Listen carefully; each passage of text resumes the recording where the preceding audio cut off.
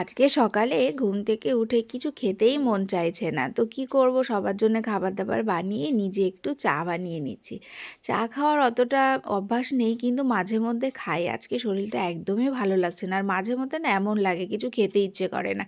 তারপরে এই দেখো দুপুরবেলা রান্না করছি ছোট্ট ছোট্ট সয়াবিন আর পাঁচমিশালি সবজি রান্না করে তারপরে বসে যাচ্ছি খেতে। তো এই দেখো রান্নাটা এত সুন্দর হয়েছিল, আর পাঁচমিশালি সবজি শীতের সময় খেতে কিন্তু দুর্দান্ত লাগে। তো যখন খেতে ভালো লাগে না তখন এরকম করে বানিয়ে নিই, আর সেটা খুব ভালো লাগে খেতে।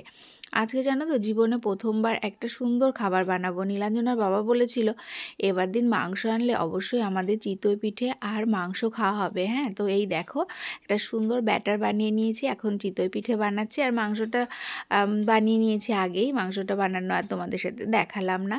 তো এই দেখো কি সুন্দর চিতই পিঠে হয়েছে, তো মাংসর সাথে এখন খেয়ে নেবো। কেমন লাগছে বলো, কে কে খেয়েছো?